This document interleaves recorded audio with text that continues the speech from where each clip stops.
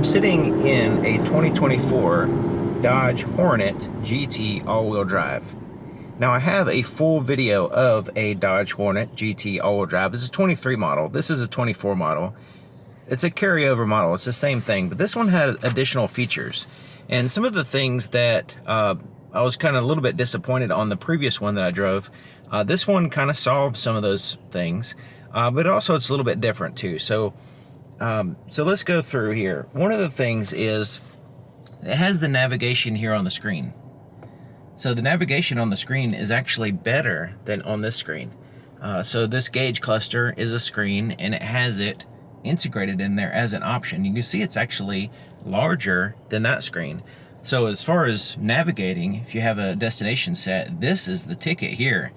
You can see really good. The clarity's nice. The size is nice. You still have your key information for your gauges as well. So I really like the fact that you can have this view with the navigation system there on the very center screen. So that's great. This one also has the 360 camera system. And so there's not like a specific button. Like I'll prefer to have like a physical button somewhere that I can quickly push. But it does have it in the shortcuts here. And so it has a top-down view, and you can see it all the way around the vehicle, and then it has the front or the back view depending on which direction you're going. So you can have different views here, more wide view, there's a front view, there's a front wide view. So I really like this camera system. The clarity's nice, the visuals are nice. It stitches the different camera views together nicely on the top-down view. And basically the way this works, it has a camera in the front, back, and on the sides of each side mirror, and it takes all those views and stitches them together to give you what appears to be a top-down view.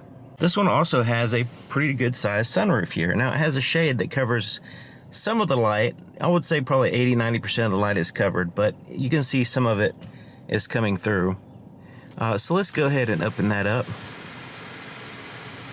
So you can see the glass portion there. And go ahead and tilt it up, tilt it down, and then we could, of course, move the glass as well. So the last one I had didn't have the sunroof option.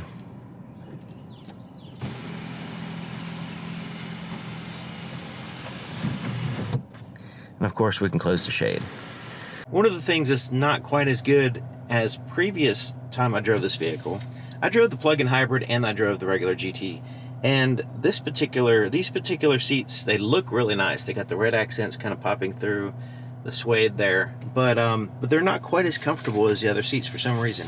Maybe it's just my particular, body type or whatever.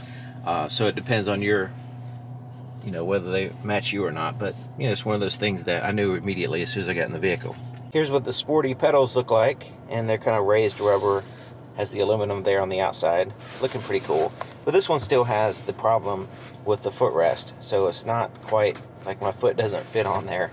So I guess if you have like a really small foot, then it's fine, but my foot is too big to fit in here. I think it would be unfair for me to list out all the things that doesn't match my preferences without kind of qualifying, saying that a lot of the things I'm going to mention are things that you may not have a problem with. The main deal breaker for me is just the size, the amount of space I have. The seat is kind of small and narrow. This right here gets in the way with my leg. The footrest is too small for my foot. It's made for a smaller person. It's not really. It doesn't feel like it's just too cramped for me. So that's the main issue of just overall comfort and space is a little bit cramped. So you may not have that problem. You might be able to get in the vehicle and have, you don't feel like you're so cramped. Maybe you're a smaller size or shorter or something like that. So that might not be an issue. Another thing is, this is a Dodge vehicle, but it's not really designed by Dodge. You can tell because it doesn't have some of the design features that Dodge typically has. This is an Alfa Romeo vehicle, Italian-made vehicle.